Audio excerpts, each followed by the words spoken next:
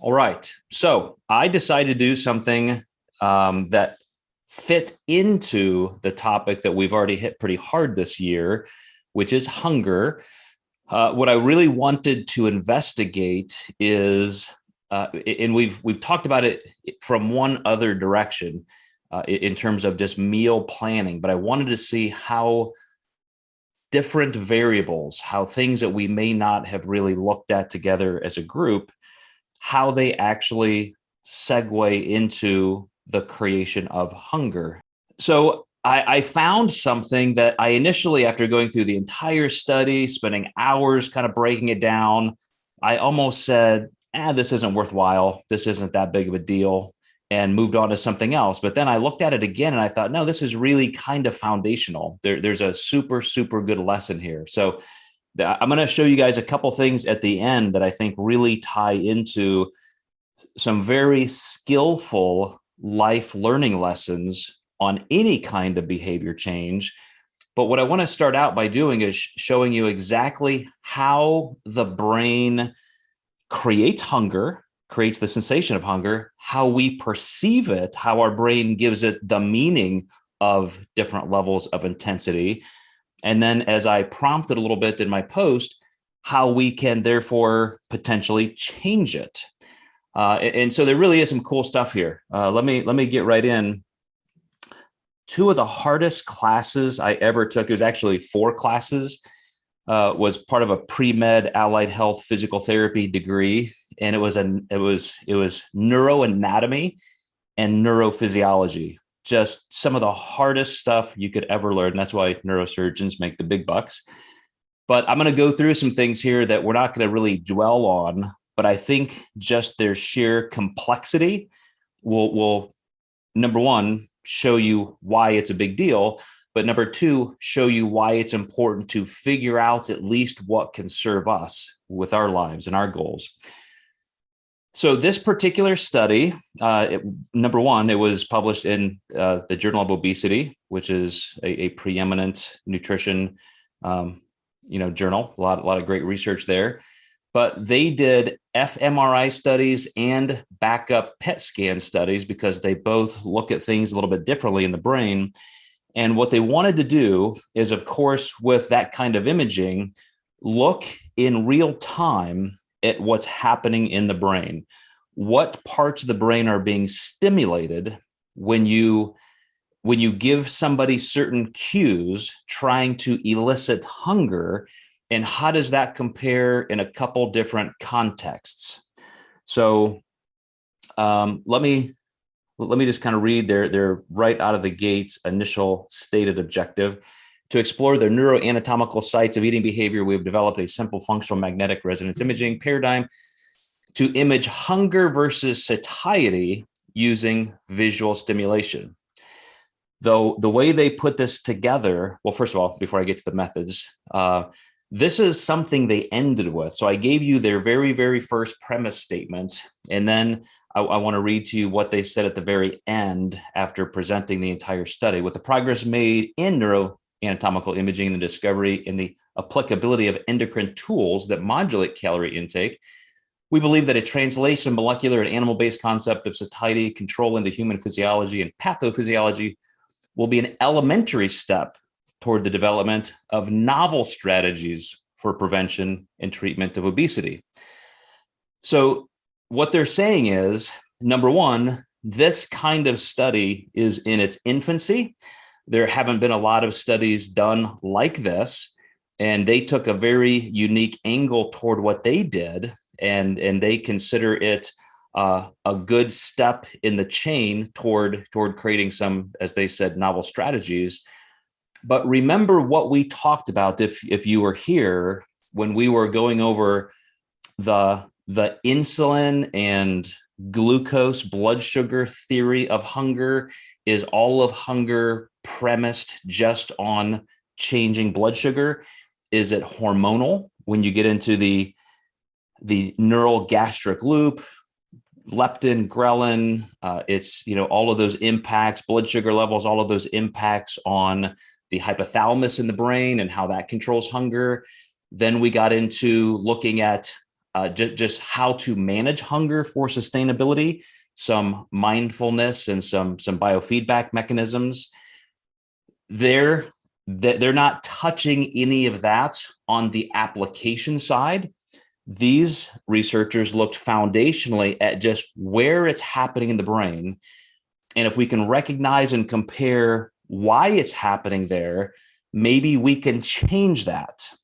So yes, everything I just described is important. Blood sugar levels, all that mindfulness, and the kind of work that you do on a behavioral basis, all of those hormones, that mesolimbic system and dopamine and memory coding for hunger and so forth, that's all there.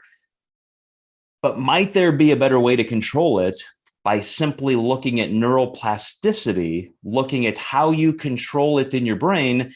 Can your brain even change itself? Can you change it to therefore control all those mechanisms of hunger, so that by just kind of autopilot, you don't get the same outcomes you might usually do? You don't crumble into binges. You don't feel hunger in the same way.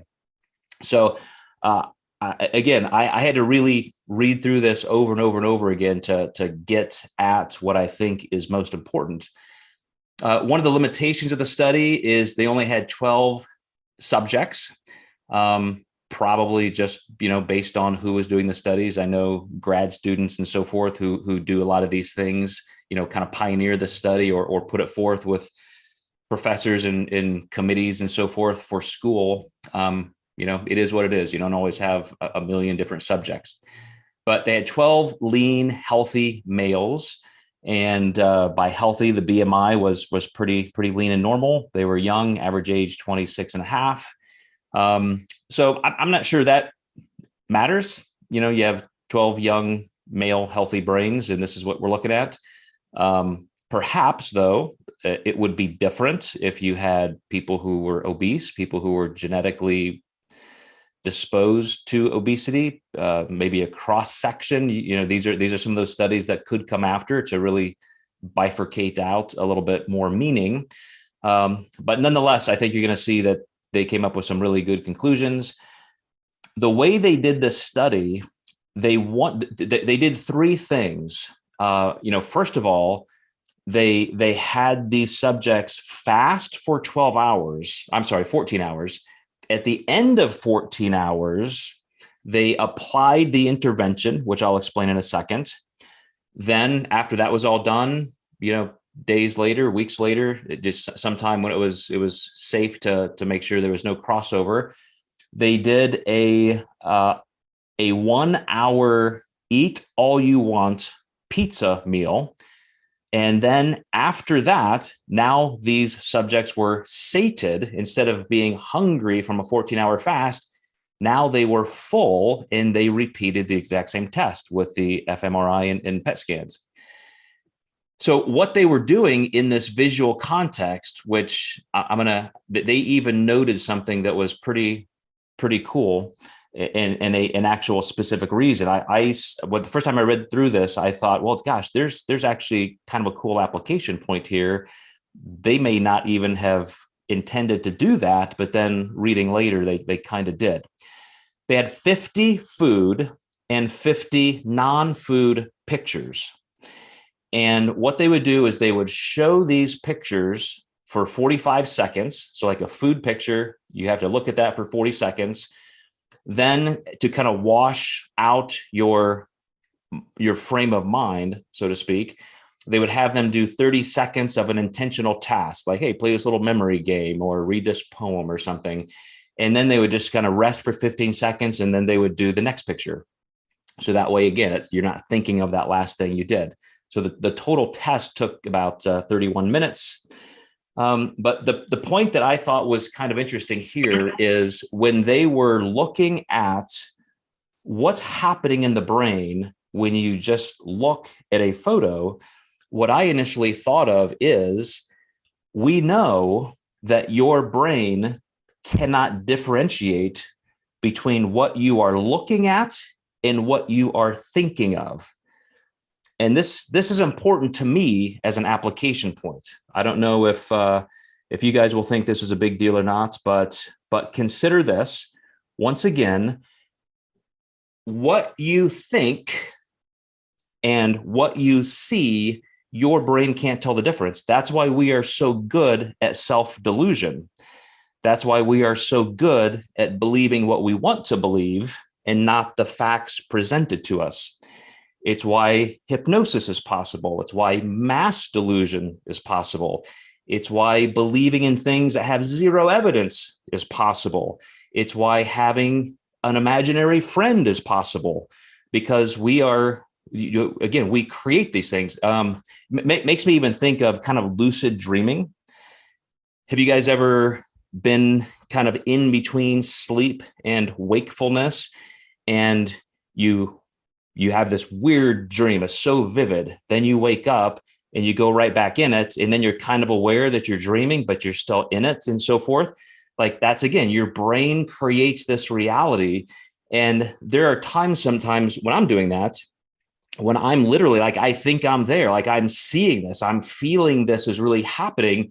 And then I realize, and even having a conversation, then I realize, oh, wait, my eyes are closed. And I open my eyes, like I'm conscious, I'm awake, yet I'm still in that state as if it's real. Anyway, that's why this is so strong and credible as a study. Because if you visualize a food, this is a really weird picture. I don't know. I don't know if they actually gave them like black and white. That looks like a sandwich of some sort. It seems like if you're going to do something like this, it would be like real food porn, like an Applebee's commercial with like chocolate fudge just dripping down in 4K. Maybe it is. They just gave a couple examples, but we get very, very solid, credible responses from a visual stimulation. They have done studies like this with real food, where you put real food in front of somebody. They on purpose wanted these to be visual stimuli. I shouldn't say on purpose. I think it was cool. I'm going to say that it intentionally shows how effective our mind is, because if we can have this same kind of stimulation just from a food we're imagining, that gives a lot of credence to the fact that through neuroplasticity and mindfulness, we can teach our brains to not have the same reaction that we would by seeing this stimulus. And I'll give you an example. Anybody who has ever dieted, and I talked to a young lady last night about this, somebody who's trying to lose weight. And I said, I know you've lost weight the past 2 or 3 times. You've lost a pretty good amount of weight. You've gained it back. When you were doing that, when you were on your game and you were losing weight, how would you eat? And more importantly, why was it easy for you to eat that way? And not so much maybe now. Why would you give that up? And she said, I don't know. You just kind of get into that zone. You do your meal prep and you've got those good foods right there, the healthier foods, and you get in that habit and you just do it. And I think without even realizing it, she was slowly, through that frame of neuroplasticity, gradually changing her mindset to say that these are the foods I want. This looks good to me. This tastes good. And habit by habit, meal by meal, that becomes your new reality. And that's literally what our goals are. That's kind of a form of good self-delusion, because will a salad ever taste better than a hot fudge sundae? I don't think so. But if I make myself believe that and I encode those memories with my own health values, then my brain thinks so. Then my brain starts to ignore those things. That doesn't look good to me. That's not what I want. Pretty soon you don't even think about it. You just ignore certain things and you gravitate toward the things you want. By the way, as you're looking at this picture, you can see the non-food stimulus. That's like an old-fashioned ruler, like tape measure. So again, they wanted things to be anything but food when you're on a non-food piece of stimuli. I want to make sure I didn't skip through another slide here real quick. Okay. Right. So these are the things I'm going to skip through, but I'm going to give you some brief notes.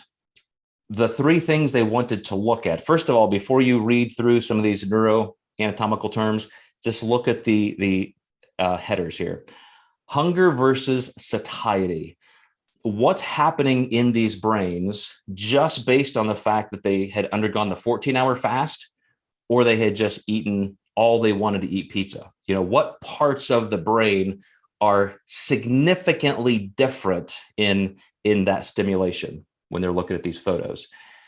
Then they wanted to look at food versus non-food. So you have the context, which is I'm either really hungry because I've been fasting for 14 hours, or I'm not hungry at all. Now with those same two contexts, I'm looking at food versus non-food. And then when you overlay those two things together in a statistical analytical framework, the other things come out in terms of the actual differences, the parts of the brain that are different. Oops, let me go the other direction. So I'm going to just point out a couple things that may be interesting to you just as a casual look here. The main parts of the brain, they list all these tiny little structures, but the big areas that come up in this study, when you look at like the orbitofrontal cortex. So when you look at things like the orbitofrontal cortex, that's obviously visual. So you're looking at pictures, you're going to have part of the vision part of your brain. Different temporal and parietal lobes on the side of your brain. That has a lot to do with just coordinating movement in your brain. Like, where are these thoughts going? Hippocampus connections are there. It also kind of transitions into your motor cortex. But so a couple things you should see kind of on both, because you're just visually analyzing a picture. But you get into food versus non-food. Look how much this list grows. Look at all these things on the beginning of the left side, the posterior cingulate cortex, the insula. Those are parts that have to do with driving you toward a motivational behavior. Specifically, you're probably familiar with this because it's really a hot topic in social psych, a lot of pop culture conversations with like disgust. So the insula, the cingulate cortex, when it comes to food, think of being in nature. Like, as I watch my grandson at 17 months, like everything he sees, he wants to taste. And he's looking for something that tastes sweet or salty or good. Is this food? Is this not food? And your brain evolutionarily has that wiring in there to know, oh my gosh, that's disgusting. That tastes like a poison. And that's a gustatory reflex where we're disgusted by that. And just as a little side note, we also use that same part of our brain. This is why it's such a big conversational topic in political science and culture these days. We treat each other through that, like not just the food we eat, but the people we see.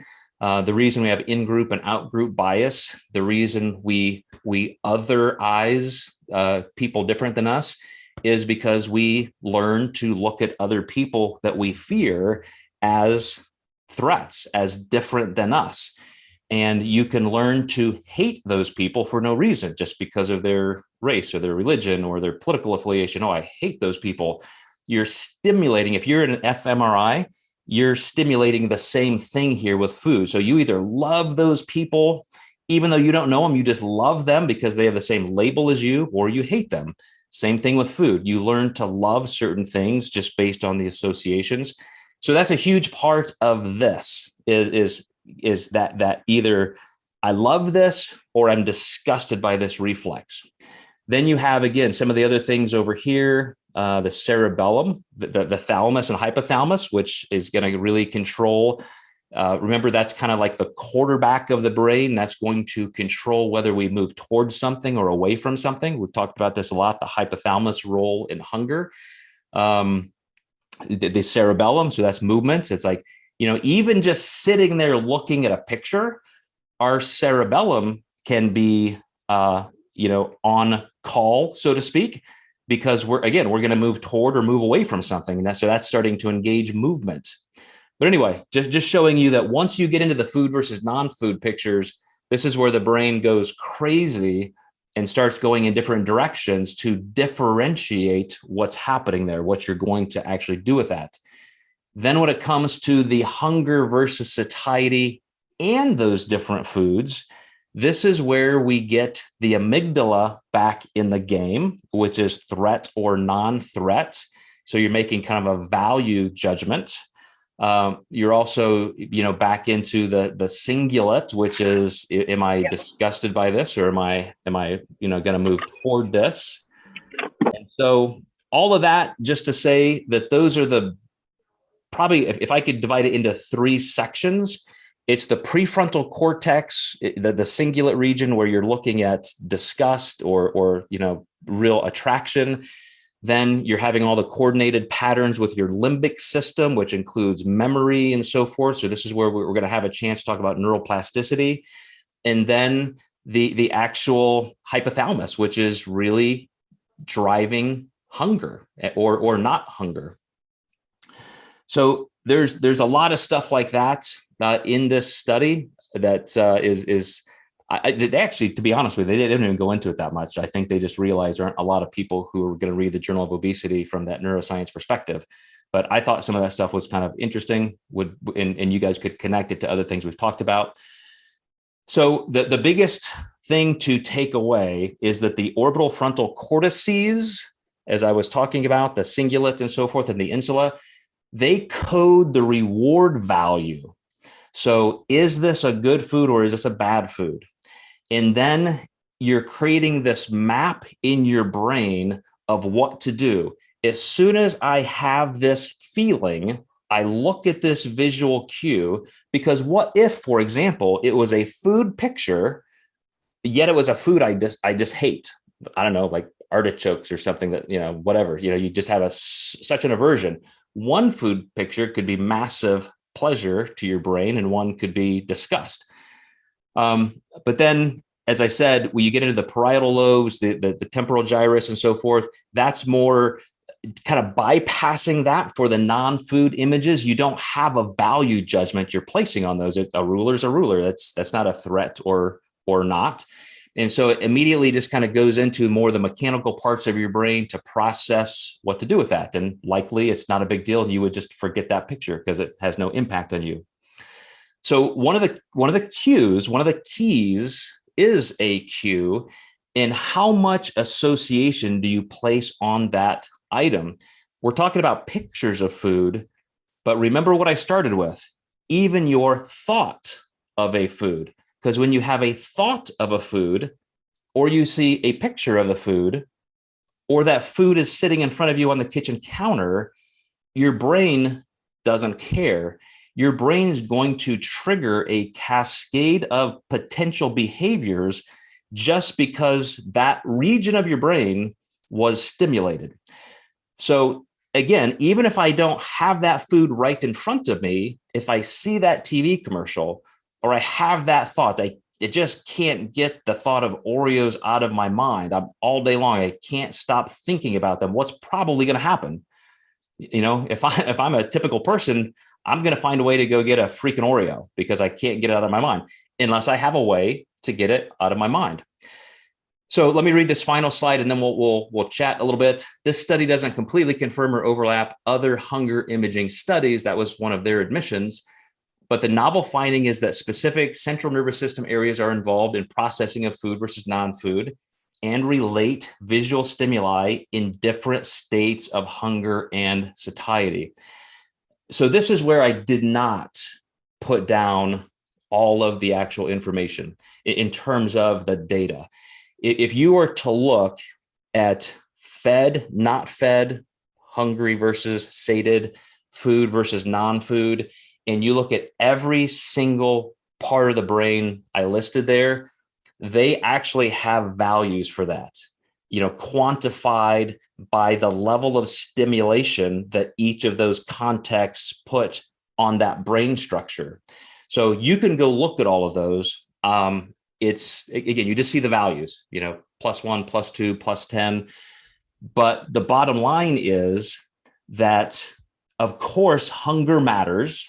So when you're in a state of hunger, you're going to be much more prone. I don't think that's breaking news. That's why I'm not putting a lot of emphasis on it. But I do think it's worth mentioning. It's important, as I was discussing with this client last night, who said, in the past, this is what I did. This is why I had success. She said, I get so busy now during the day, most days, I really only eat one meal at night. She said, literally today, I have consumed 0 calories. I've had nothing to eat. And it was already 6 o'clock at night. That's somebody that I had to say, it's a pretty good idea to stay ahead of hunger, because when your blood sugar gets that low, when your hypothalamus is screaming for food, you're going to have a much harder time sticking to your plan, sticking to good food, quality food, the right amounts of food. So again, that's a pretty benign part of this study. I think it's kind of a duh moment that in a state of hunger, you're going to have extra magnification of those symptoms. But also we know the amygdala, which plays the biggest role in threat perception, is going to, just be more heightened during those times of hunger. But a larger CNS hunger response in terms of our just evolutionary wiring is conserved in, or is the parts of our brain that are most primitive. And so that's another reason why the cerebellum, just part of the brainstem, was engaged. These are old structures. These are things that drive us. Remember, we have more neuronal density in the tiny, tiny little part of our brainstem and cerebellum than the entire rest of our brain combined. 3 times the amount of neurons there than the rest of our brain combined, just because of the evolutionary age. And that means it just has more power. Those impulsive drives that may bypass us being able to rationalize our way in or out of them, they're just biological drives, food, sleep, safety, reproduction. Bam. Why are they so hard to control? Because they're evolutionary drives. They just have greater synaptic connection and power. You also, tied to that structure those connections run right through the thalamus and hypothalamus, which again, dopamine, the mesolimbic system, which we talk a lot about. And then, as they said, other studies confirm all of these findings, but theirs was just different in that they did it with this visual pictorial way. So there was some overlap in findings. There were some things that didn't quite match up because they just studied different things. But the big thing was, as I said, they found out that they could get these same drives without even having the food present. It could be just a picture. So what did we learn from this very weirdly interesting study? Something that I almost didn't even want to bring to your attention. Of course, being empty or starving heightens that survival drive. We can imagine foods differently if we want. And I think that has to be my biggest take home, is part of mindfulness training, part of staying in tune with reteaching yourself that I'm in control. I can do this. I can even change the structure of my brain, is to stay on top of that at some level. Just like you don't exercise for a week and then say, I'm good. I'm so healthy now, I never have to exercise again. These are things that what fires together wires together. We need to keep those things sharp. And when we get to that insular cortex, if something like a healthy food, if every time you look at a meal, you say, oh my gosh, I cannot eat just another stupid, dry, disgusting chicken breast. This is so gross. What are you teaching your brain? What are you doing to the organic structure of your brain? You're strengthening that disgust reflex instead of just answering the question, how can I make this more palatable? How can I make a recipe that makes this taste better? If I truly don't like this food, why am I eating it? Why not get a different food that's still high quality? So those are the kind of things that we can kind of reinforce that will strengthen our good behavior.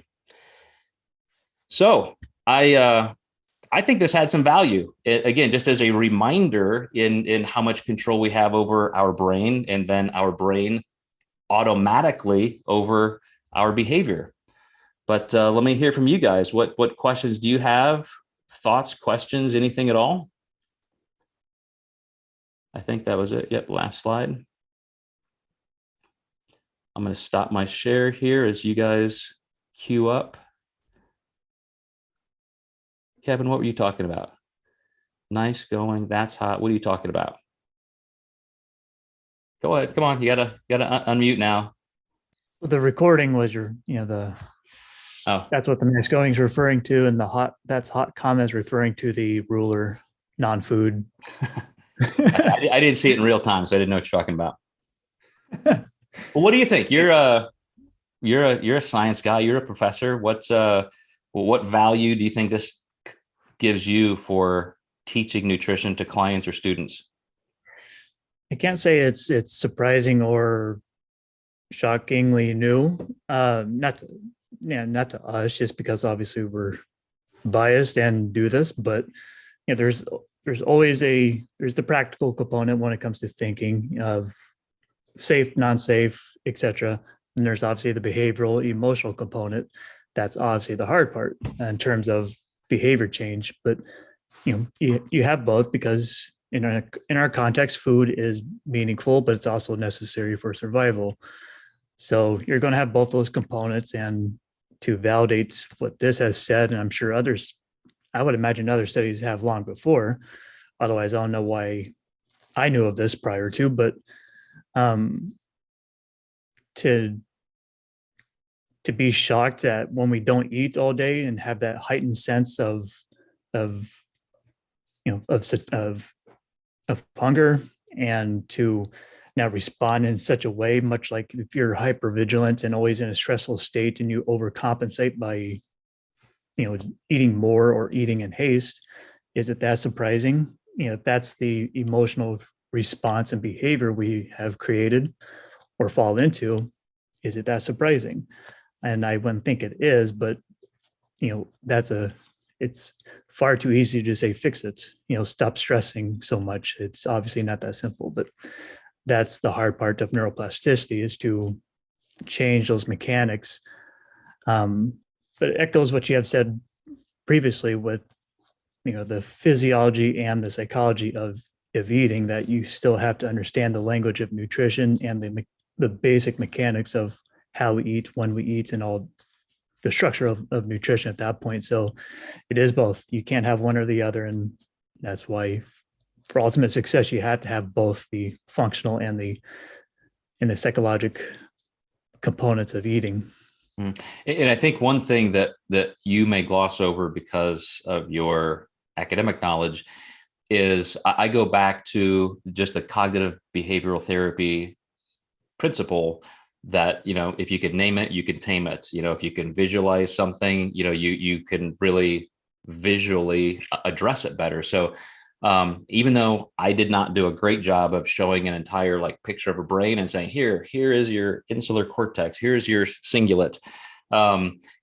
If those structures are there, and that these behaviors emanate because of their stimulation and response, that's where proper mindfulness, I think the most effective, most powerful mindfulness, comes in. Because even as part of a very guided visual meditation process, like if you're listening to somebody and they're saying, okay, imagine this, this is one of the best I've ever heard. Dr. Dan Siegel, talked about him in the past. He's the founder of interpersonal neurobiology, has created an entire school at UCLA, psychiatrist from Harvard. He has a guided meditation where he'll say, I physically want you to picture your brain. And he doesn't say, think of you laying under a rainbow in a bed of flowers. He said, I want you to picture your brain. I want you to go under your skull, close your eyes. Right now, you're looking at your skull, go under your skull, go into your brain. I want you to imagine your brain. Under the surface of your brain, it's like this roiling sea, these 20-foot waves, the storm, the thunder is deafening. It's horrible. All of this stress in your life, that's your brain. Now, go a little bit deeper. Go a little bit deeper. The sounds are getting softer. You can't see the waves anymore. And he takes people, it's almost like the magic school bus. He's taking them visually through their brain so that they can think about these structures. And therefore, if you want to have some kind of autonomic control, if you want to have some better control, having those concrete things to imagine that are real, biofeedback measurements show you have greater impact. It's not abstract or conceptual. I'm thinking of my hypothalamus. I'm thinking of this structure in my brain. And if I can literally go to Google Images and find a picture and think, wow, like here it is right in my brain, like that actually has influence. So anyway, that's why I think, like you said, these are also what I saw as, these are not surprising concepts. But if we can realize that, there are absolute specific parts of our brain that control this, we can therefore exert control back on them a little bit easier. I think to me, it's analogous to the tangibility of metabolic positioning. Once you understand how fat loss can be tapped into more or less by visualizing that process of buckets or however you want to use to describe it, it's a lot. To me, it's not only is it paramount just for that knowledge, but you can now see how your choices can move you along that continuum. And to me, I think that's what clients get the most out of it, because now they see how their choices are tangible and can more or less help or hurt them. And in this instance, I see it's the same thing, to have that visualization that there is a tangent, even if you can't physically see it or whatever, but just to have that tangible outlet, I think, is that biofeedback, as you're saying. Exactly. And Heather, it's great that you're here. I appreciate seeing you here. I did on the very first slide have this, but you may miss it. I'm gonna read it here. It's the study is in the Journal of Obesity. The title is Brain Activity in Hunger and Satiety, an exploratory visually stimulated fMRI study. It's by Fuhrer, Fuhrer, Zysset, Zysset, and Stumvoll, Stumvoll. So some German researchers. It was in 2012, Journal of Obesity. But I'll have this posted. You can see that later as well. And I could just send you the direct link if you want. But thank you very much, Kevin. Anybody else have any thoughts or questions? Anything that this drives toward you, Lainey? I just have, I guess, anecdotal. I don't know. Well, I guess it's science too. So we had a house for women who were sexually trafficked. And so often our women would come to us from gorilla pimps. So gorilla pimps would often be the ones that actually didn't have control of what they ate, and they would feed them. So we often were dealing with PTSD, and a lot of it was food. And so we had one lady who couldn't eat or even smell Chinese food because her pimp would only order Chinese food. And so we were very fortunate. We had she had a big long title, but we did brain remapping and biofeedback and whatnot. And the coolest thing is they would map her brain and show her the section of her brain that was actually overactive, and then the other part that was underactive, to show her, first of all, she wasn't batshit crazy, that it really was something that was going on in her brain, which was great for me to teach the people in the community that, it's real. But the cooler thing was, we ended up getting to celebrate by going out for Chinese with her, because we put together the plan with her neurologist and with her counselor and with us as a team. Just kind of, it was cognitive stuff, but it was also, I don't know what all the name of this stuff is, but she would have leads on her head. We all did it, but leads on her head that would actually activate part of the brain that was underactive, to kind of balance out that stuff so that she could actually practice the cognitive stuff, because she couldn't practice the cognitive stuff because her brain had hijacked that part of her brain that said, no, this is dangerous, and it triggered a bunch of other stuff. So I think it's also could be helpful for coaches, I'm not a coach, but for people who have an aversion to certain foods, whether it's broccoli or different foods that we know that can be good for us. There is cognitive, obviously they have PTSD, they probably should see a counselor, but there was cognitive things that we did to help her overcome her aversion or her, it really was a legitimate fear for food. So I totally agree with this study. It was not it's like right up my alley. So yeah, I think we have way more power with our brain if we just, I guess, tapped into it, but that's kind of cheesy. So. Awesome. That is so good. And your example of being able to watch the imaging and have these thoughts. So there are companies like Neuralink. Obviously, you guys know what Elon Musk is trying to do there. There are other companies doing similar things that already have applications of this technology in use. And so without having to put actual electric leads in your brain tissue, they have these infrared type helmets that are measuring activity in the brain, exactly like you're describing, and then they code it into an image on the screen. So literally with just this simple device in a lab, without having to undergo, thousands and thousands of dollars in a radiology department, imagine one day when like VR goggles, you can have one of these. And then instead of just meditating by relaxing or doing breath work, you can look at a screen and you're watching your brain work, and you can literally train parts of your brain differently, just like you train in the gym. I mean, that's going to change the world. I know my connection. I got lost there again, but I mean that when we can do that, and that's what it was. Yeah, crazy stuff. Yeah, and she's doing it for sports and all different types of things, and I think it's an underlooked practice because it's non-threatening, it's non-physical. You literally are watching some of the practices as you're watching a movie while it does the other stuff. So, yeah, it's cool. I'll give you guys one little quick anecdote since you mentioned this, Lainey, and then I'll bring anybody else in who wants to chat. When I was undergoing some, I guess it was cognitive behavioral therapy for anxiety, and I was not only working with a therapist remotely, but he was giving me some resources and so forth, and I was doing some self-study.